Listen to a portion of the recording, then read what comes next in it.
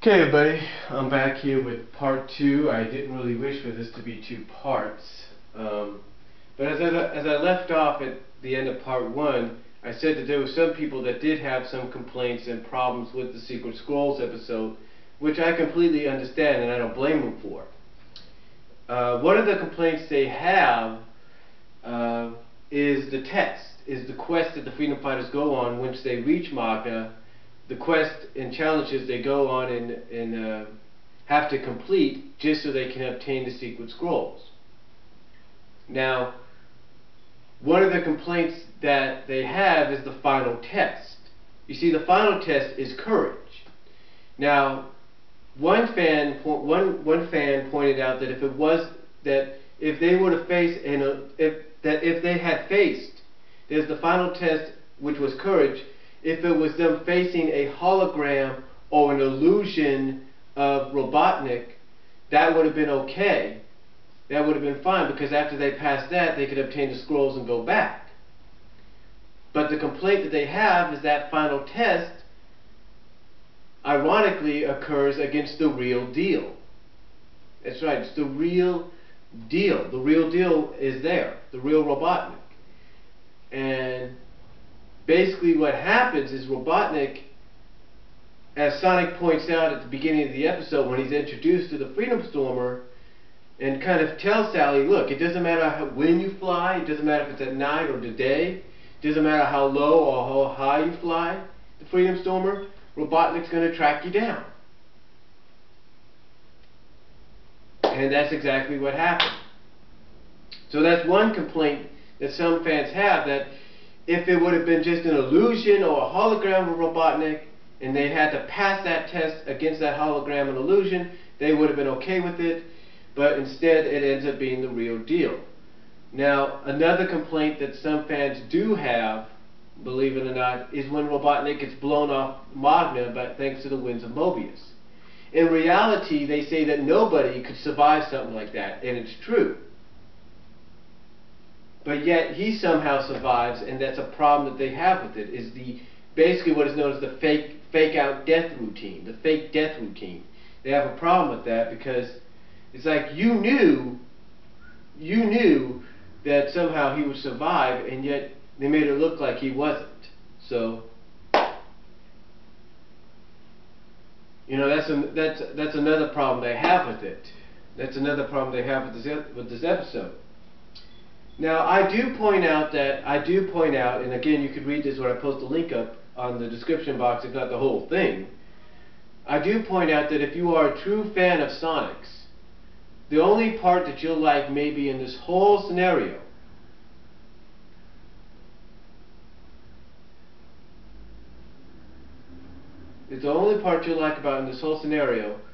is that Sonic himself was actually right about the one major flaw in the Freedom Stormer, with the Freedom Stormer. And like I just mentioned, the one major problem that Sonic points out, and again, like I said, if you're a fan of Sonic's, this is probably what you like the most about it, is the fact that he points out, as I mentioned, that it doesn't matter when or how they flew that Freedom Stormer to Magna, that, you know, and I'm trying to make sure I don't miss no notes here.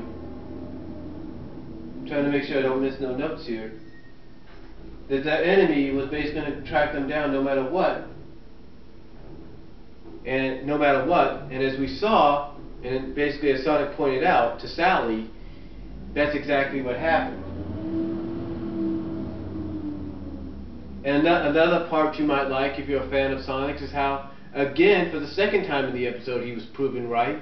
When he asked Sally, when he basically saved them from falling off the cliff. Basically, okay, they would have flown off the cliff, but as Sonic points out, okay, true, you guys would have flown off the cliff, but where would you have landed? You see, he's pointing out, okay, yeah, you would have flown, but where would you have landed? You know, that's one part that's another part you might like about it. And especially, I point out, you know, again, I want to make sure I don't miss nothing here. And again, you know, I basically point out that I had no problems with this episode because when I originally saw it, because when I originally saw it, To me, it was the actual season finale for season 1. And of course, this was before they showed the pilot episode, which was the last episode of the season, of the first season, but was not the season finale. Again, as I point out here in this text, there are those that have the difference of opinions on this episode, and that's okay. And I put it in kind of like for a joke. If I can open this up a little bit.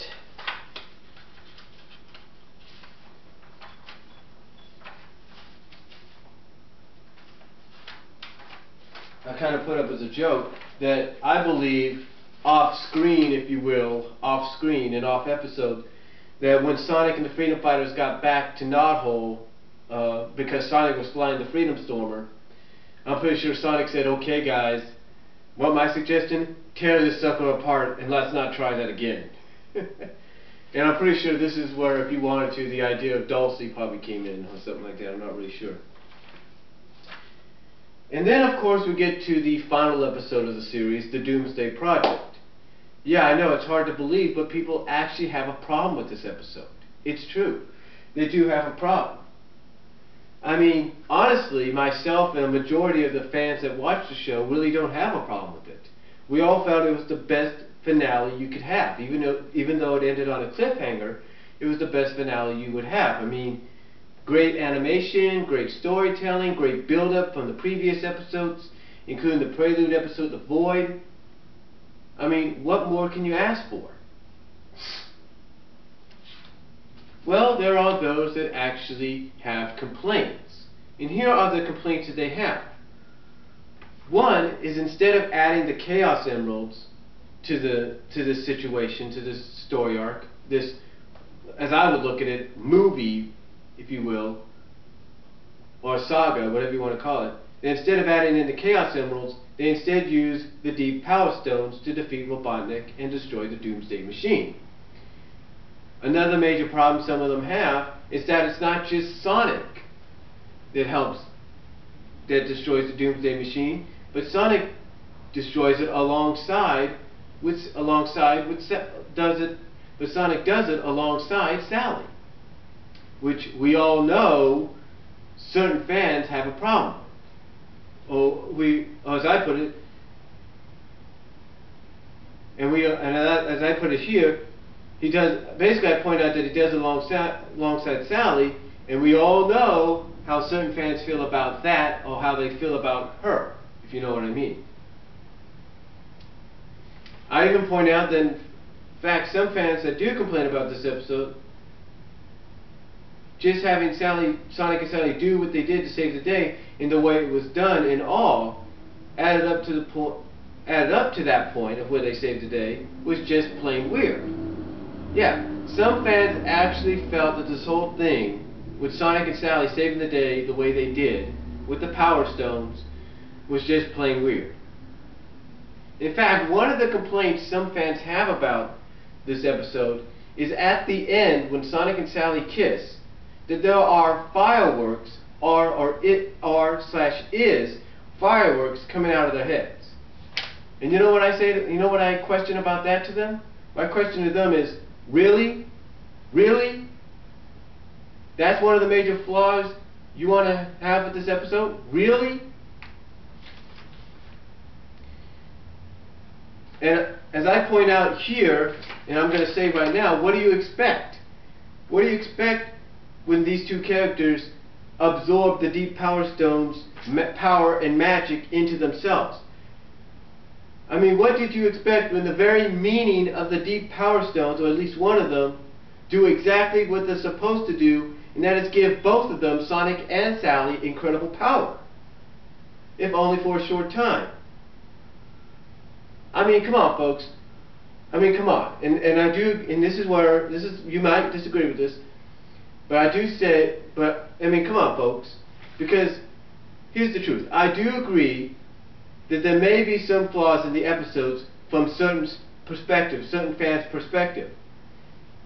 and that you may have some valid points about those flaws that you see from your own perspective.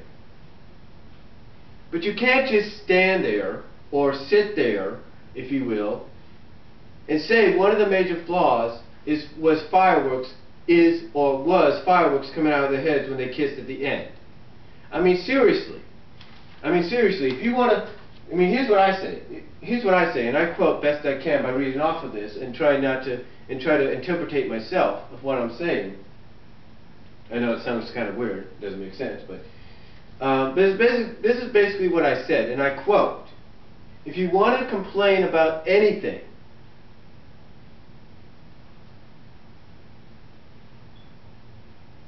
if you want to make a complaint, you should look at the major flaw of the fact that we were left on a cliffhanger. That's the major flaw you should look at. Don't complain of, oh, they got fireworks coming out of their heads when they kiss. I mean, come on. Seriously?